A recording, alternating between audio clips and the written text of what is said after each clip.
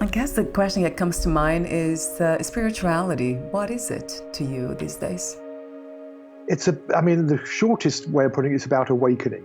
Awakening from the dream world of the ego mind. And that's why a lot of spiritual teachers talk about awakening from the dream.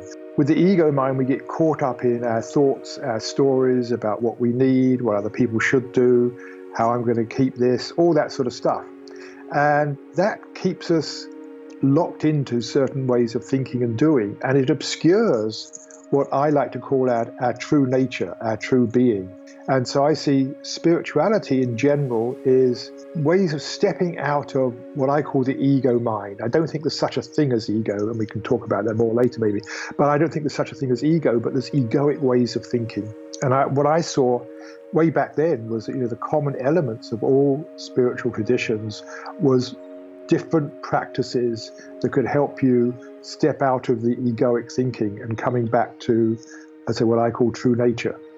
And that this might be a good time to ask you what that is and how we can learn to identify egoic thoughts. Yes, good. It comes from survival. So the egoic thinking is basically, it's survival-based thinking. And, on one level, it's, I shouldn't step in front of that bus or it'll kill me sort of thing. Right. But so there's physical survival, but it also gets sort of transferred into psychosocial survival. So the ego mind starts thinking, what is that person thinking of me? Are they criticizing me? Do they like me? What's the right thing to do? So we start, basically the ego mind is looking at what do I need to do in the world or stop happening, to keep things the same. But it's always looking at what do I need to do in the world ultimately to be happy. And that's the motivation of the ego mind, looking at what do I need to do in the world to be happy. And most of it is, to do with materialistic thinking. And it doesn't recognize that it is actually creating the unhappiness. It's a strange thing. The ego mind is creating discontent.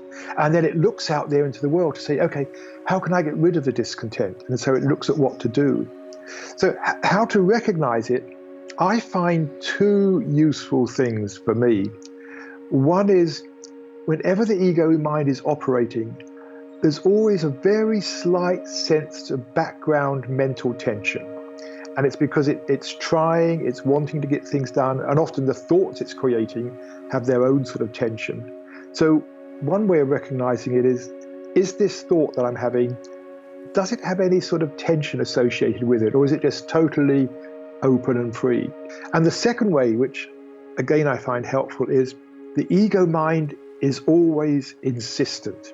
It knows what to do, and that's its job. Its job is to be insistent.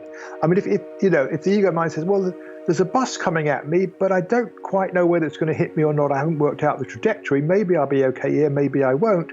The ego mind is, get out of the way. It's like it's got a job to do. It has to be insistent.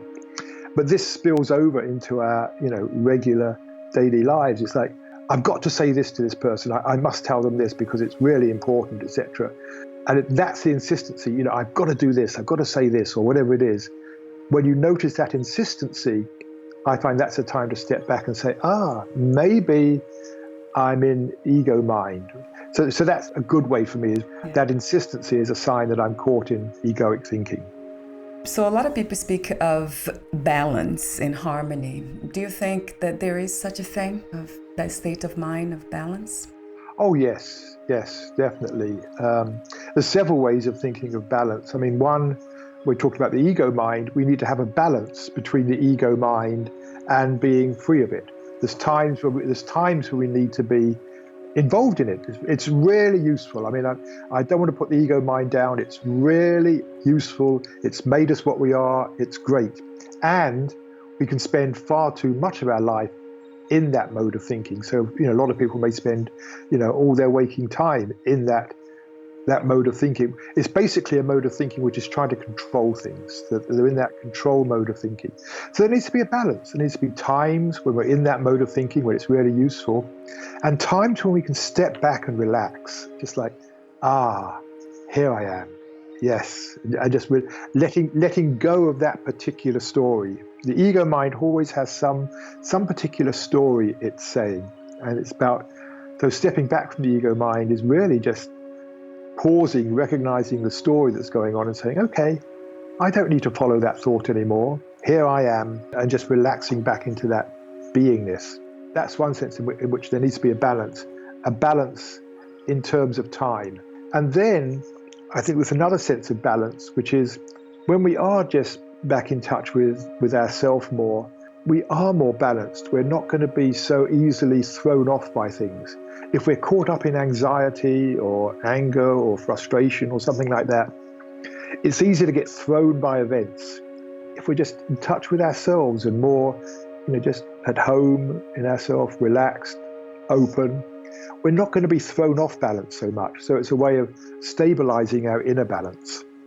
And I wonder, how can we understand the difference between these states of being, states of mind, and also those that is actually positive, being determined, assertive, resilient, trying to make something happen in a very active way? Yes, it's a natural egoism, which, as I say, is absolutely fine. It's essential.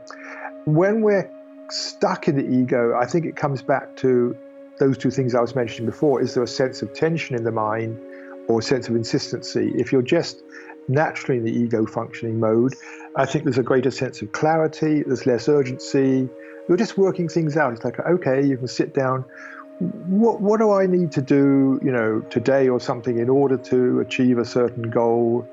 That sort of egoic thinking is fine, but that sort of egoic thinking tends to be more relaxed. It's the fixation I'm talking about, when you get absolutely fixed on something.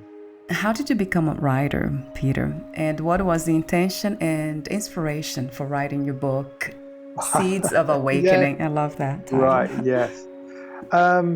I never thought I would be a writer. As I said, I was a mathematician, and the only words a mathematician ever writes are QED, Right. or therefore. Right. That's it. As a mathematician, I wrote a few postcards home. But I didn't do any writing. And at school, English was one of my worst subjects. And then after I got interested in meditation, I actually went to India and studied there for a while. And I just had this impulse to write a book on meditation, not knowing what I was doing. And I wrote out a synopsis, and a friend who I met by chance again took it to an agent. The agent had a conversation with the publisher. The publisher said, great. And I found myself with a contract and writing a book. So that led me into a writing career. And I've now done 10, 11 books, something like that.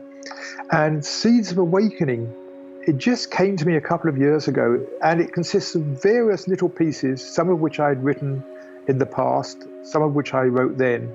But the idea was just to put together a series of short essays around the subject of awakening. Because I think, a lot of people these days, they look at a book and think, oh my God, this is huge. And they read the first 2 chapters and put it down. And I wanted to give people something which they could read it and get something from that particular essay, and that they're all independent, although there's certainly a theme there that links them. So that was the idea, just to produce a series of short essays on how I saw awakening and different aspects of awakening.